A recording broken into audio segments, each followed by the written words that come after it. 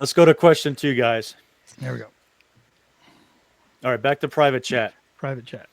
Number 2, what famous battle did Lieutenant Colonel George Armstrong Custer and his 7th Cavalry Forces fight on June 25th to June 26th of 1876?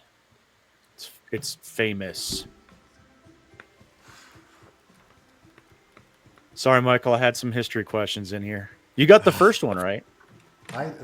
Who's keeping track? Who's keeping score? Once I hit the 19th century, I'm screwed. Maybe we should keep track of our own scores. Yeah, you guys want to put tick marks on your board or something if you get it right? DK did really well last week. Put marks on our board famous... if we get it right. Yeah, just put it at the top or something.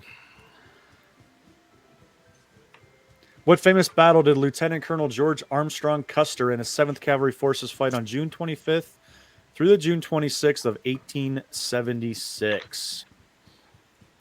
Stef's overthinking it again.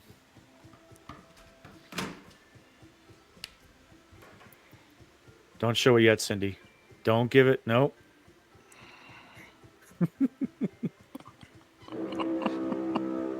You ready? Does everybody have an answer? No. not confident in it, but got an answer? All right, show your answers. What do we got? DK says Bighorn. Steph says brain fart. Michael says Battle of Custer. Zach says Bighorn. Cindy says Bighorn. The answer was the Battle of Little Bighorn. Good job, DK, Cindy, and Zach. Oh, for 2, guys. This is actually surprising me. We'll get out of the history ones. Robert Thompson over on the chat got that one right. Good job, he was Robert. The first one to jump in there. Good job, Robert. So there's a prize if we make it to the end. Isn't it Custer's Last Stand?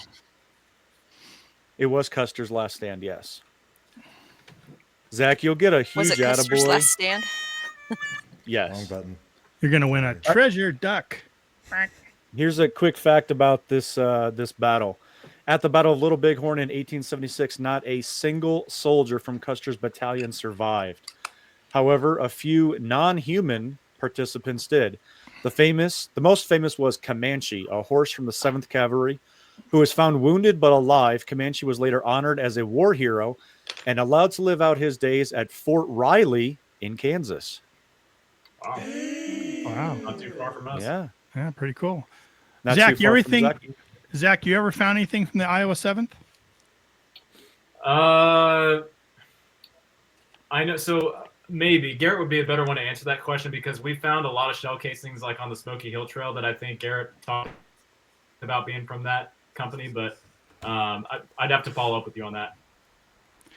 We assisted some archaeologists up at the Battle of Julesburg here in Colorado, up in northern Colorado, and the Iowa 7th was out there at Camp Rankin or Fort Sedgwick. Fort Sedgwick, right? Later I do know. Rankin, but I we do found know some shell before casings, some old Gallagher round cartridges. So. Yeah, we found some Gallaghers. Yeah, so we found stuff, I guess, from because before Custer was out there in Little Bighorn, you know, in the late '60s, he was on the Smoky Hill Trail, and they set up a fort.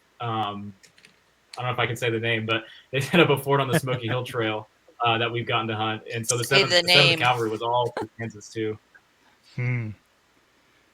That's Very awesome. Cool. Very cool.